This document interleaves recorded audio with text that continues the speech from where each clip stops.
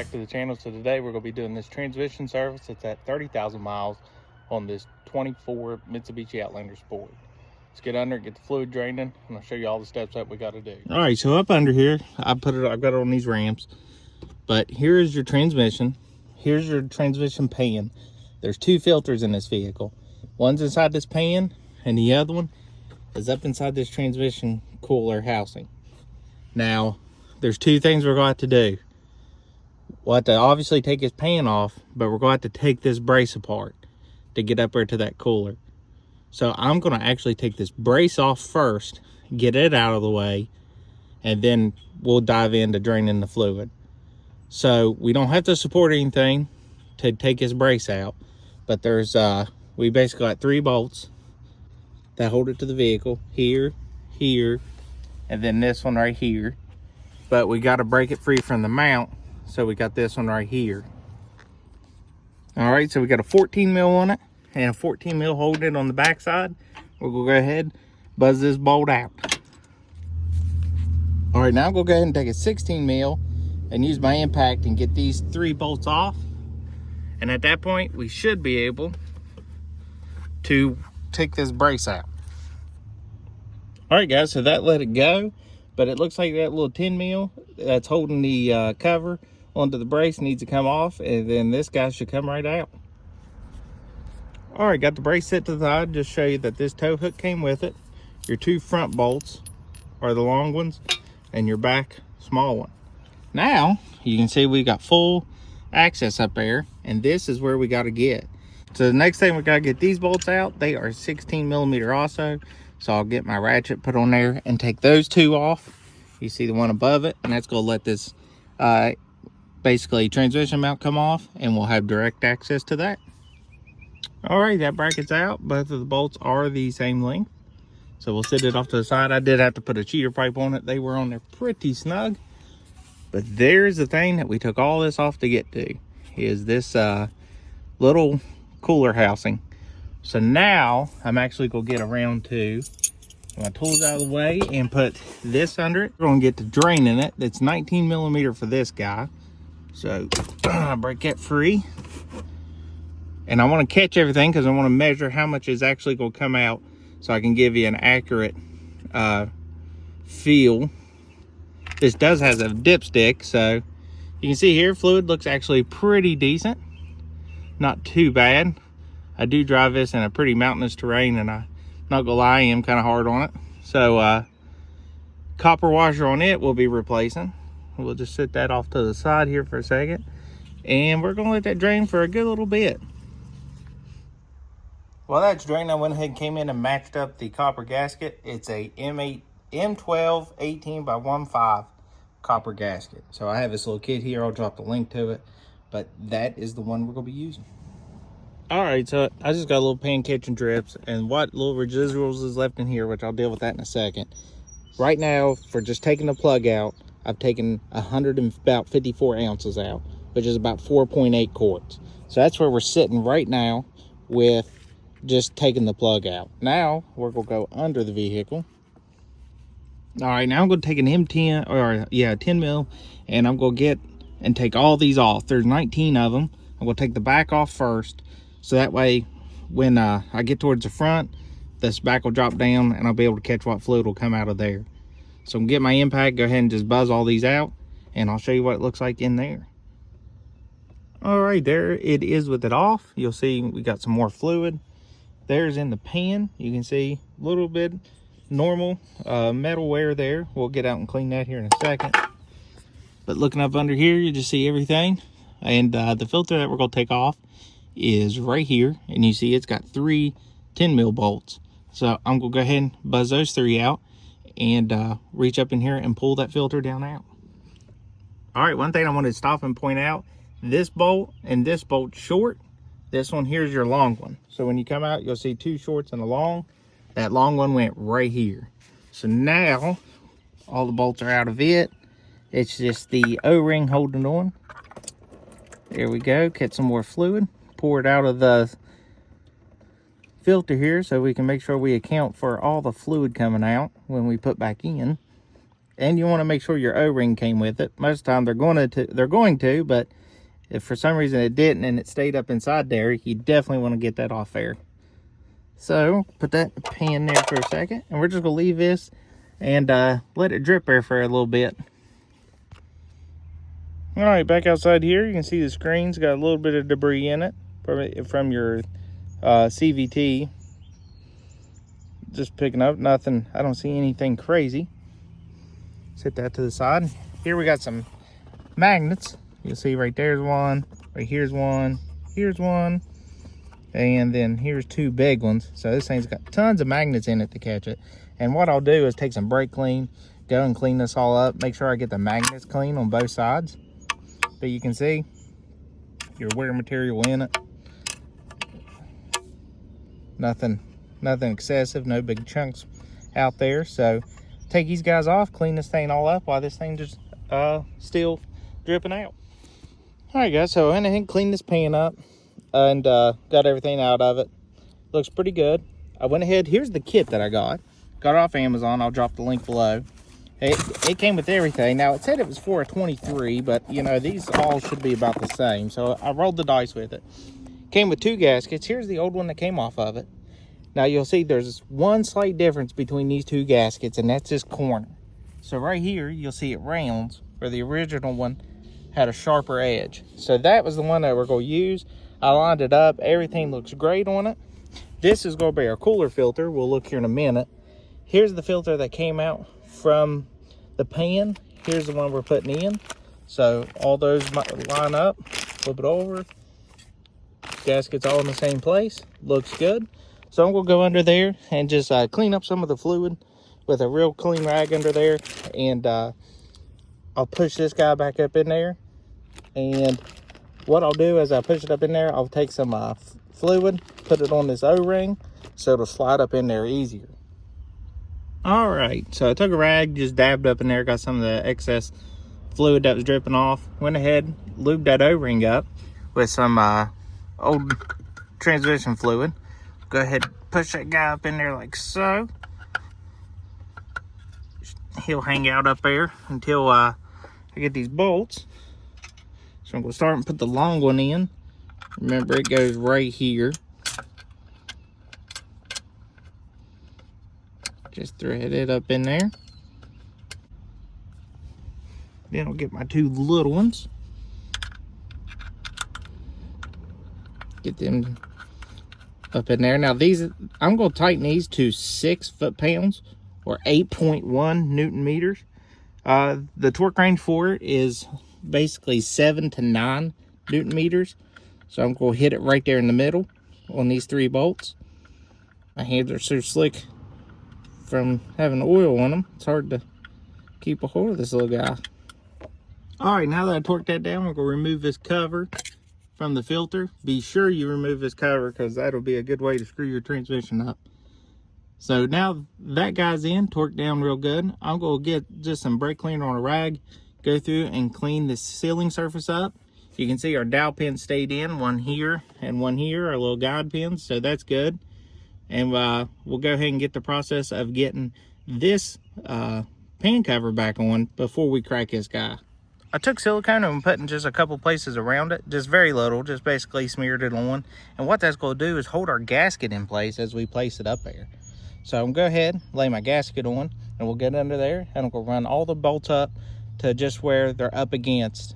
Not really snug, but just holding the pan up, and then I'll show you the torque sequence.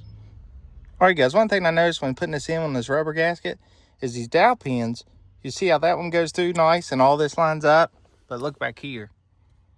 It didn't go through also nice and everything's not lined up. So I'm going to have to loosen this back up and make sure that that dowel pin goes in nice and the gasket goes in around it so we won't get anything bound up. So definitely double check that because I try to put bolts in across from each other so to hold the pan up so I can check everything. But you see, just by that one little dowel pin being off, the gasket being off, it cascaded throughout the whole thing. So be sure to check your alignment. All right, so I got all these in here hand tight. I went ahead and put the plug in hand tight. We're gonna go in this sequence. I'm gonna put on screen here. You'll probably want to pause it. I'm gonna take these to 8 Newton meters, but just because of this is a rubber gasket, where the other one was a different, kind of like maybe a cross composite type gasket basically. So this is rubber. I don't think it's going to take as much because you can see just by hand tight it's already squishing out. So we're going to do 8 Newton meters and see how that looks. All right, guys, tightened all those to 8 Newton meters. You see you got pretty good gasket squish coming out. This was a really thick gasket, so I'm hoping that's okay. Typically, usually when that looks like it would be over tightened, but this is per the spec and it did it all the way around. So we will see if it leaks or not. But anyways, 20 foot-pounds I put on this guy. So this part is done. Now we're going to take our 10 mil and we got 1, 2, 3, 4 up there.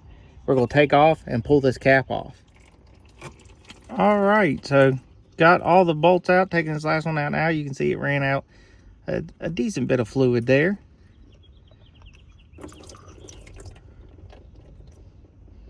There we go.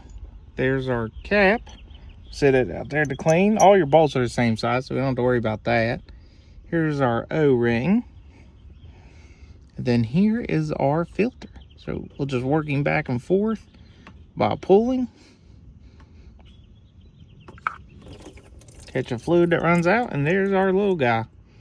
So let that drip for a second, and catching all this again so I can know how much fluid we took out. But let's go out here and look at this in the light. So there is our little cooler filter. Here's our new one. You can actually see that this one is pretty dirty. There's our new filter with our new O-ring. So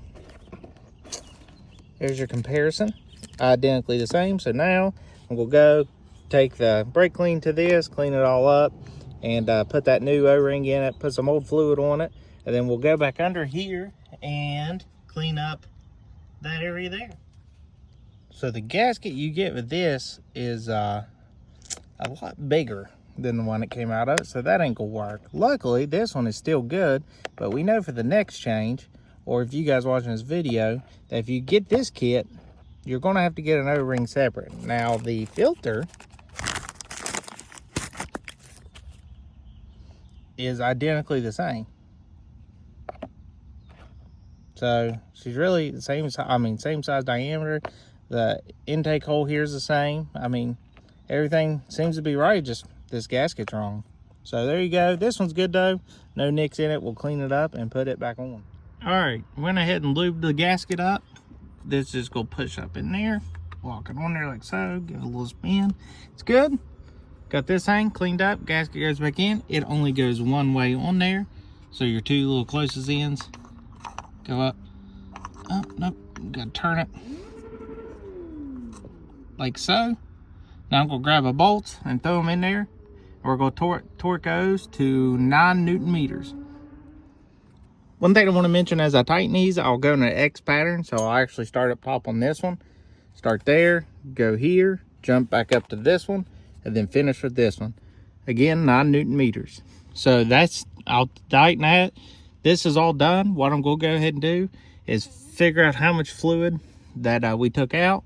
I'll probably go ahead and put some in as I'm putting this brace on, just to check and see if there's any initial leaks without starting. All right, guys, so in the end, we got another basically 24 ounces out of it for a total of 178 ounces, which equates out to basically a little over 5.5 quarts. So I got this 1 gallon, so we know that's 4 quarts there. I'll have to go get me another gallon of it, and then we should cover it. But I'm gonna go ahead and put this in, like I said, let it be draining down in, and just checking for initial leaks.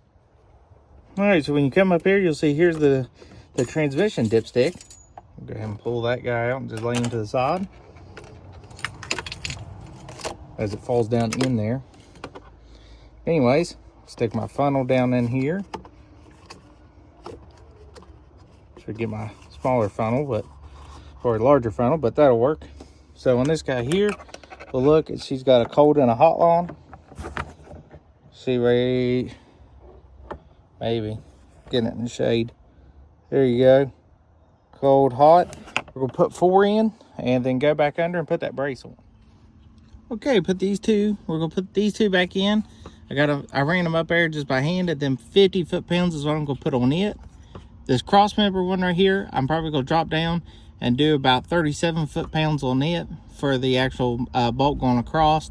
And then I'll jump back up and do 60 foot-pounds on these cross member braces. One thing to point out while I'm tightening this, make sure you put your tow hook back on. This guy here, I left it loose, and I'll tighten this bracket first. So I'll do 60 foot-pounds, I'll do this one, jump back to this one, go back to this one. And then I'll go up, like I said, I'm gonna do 37 foot-pounds on that one, and then we'll just tighten our 10 mil back down. So far, no leaks. We'll go back up and finish putting the, I put 4 quarts in it, so we got 1.5 quarts to go. Okay guys, so I wanted to take a minute on the fluid. You'll see right here it says the CVT fluid J4. So this Castrol Transmax that I picked to use, you go on the back of it, you'll find that it will say, here's your Mitsubishi. You read through J4 and J4 Plus. So you can pick this up at Walmart, is where I got it. It's cheaper than, of course, your Mitsubishi fluid and readily available. So we have got a little less than 5.5 quarts in. What I'm going to do now is start it, take it for a short test run, get the fluid heated up, and then we will check it on some level ground. All right, we got it nice and hot. Let's check and see what it looks like. I know it'll be hard to tell on camera, but you can see we are right below the mark for when it's hot. You can see it there pretty good. So I'm actually going to leave it at that. I'm not going to put any more fluid in it. I'll just check it as I drive it, because it still gives a little bit more room to where it expand. So 5.5, right at 5.5 is basically what I put in it. So that is going to get you right exactly where you need to be. You can see it really well there. Now we have one more step before we call this job done, and that is going in and resetting the service interval light. All right guys, sitting in the vehicle here, we're going to press until we see that wrench. We're going to press and hold. You see it's flashing. We're going to press one more time. You see it comes up and says clear. And there you go. So our service interval is cleared. We can press and hold it again. Press it again, clear. And that put us up to 15. Okay, so 2 clears is all you're going to be able to do to get the service interval up higher. I'll show you another little trick. So if you hit info, with the ignition off, let me get you focused in here. So we're going to scroll again. You see mine says off. I'm going to show you how you do that. So we're going to hold this and hear it beep 4 times. And then after the 4th beep, we're going to rapidly push it 3 times. And then it's going to let you scroll through all these different locations. 1, 2, 3, 4. 1, 2, 3. Now we can scroll. So now you see you've got Japan, different service intervals in Japan.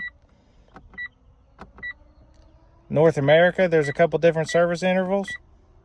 Europe, this is like the global coalitions. I mean, it's a bunch of your like Middle Eastern countries. And then Australia. And then option is, it can be set with a scan tool. You really can't do anything with it here.